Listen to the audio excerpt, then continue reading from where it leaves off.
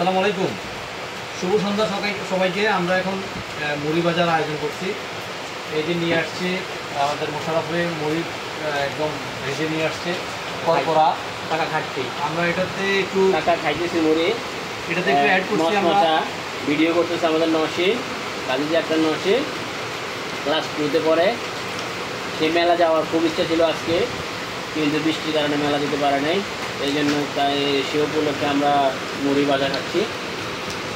Recipe তৈরি করতেছে আমাদের মোবারক হোসেন অপু, আমাদের স্পোর্টিং ক্লাবের সাধারণ সম্পাদক।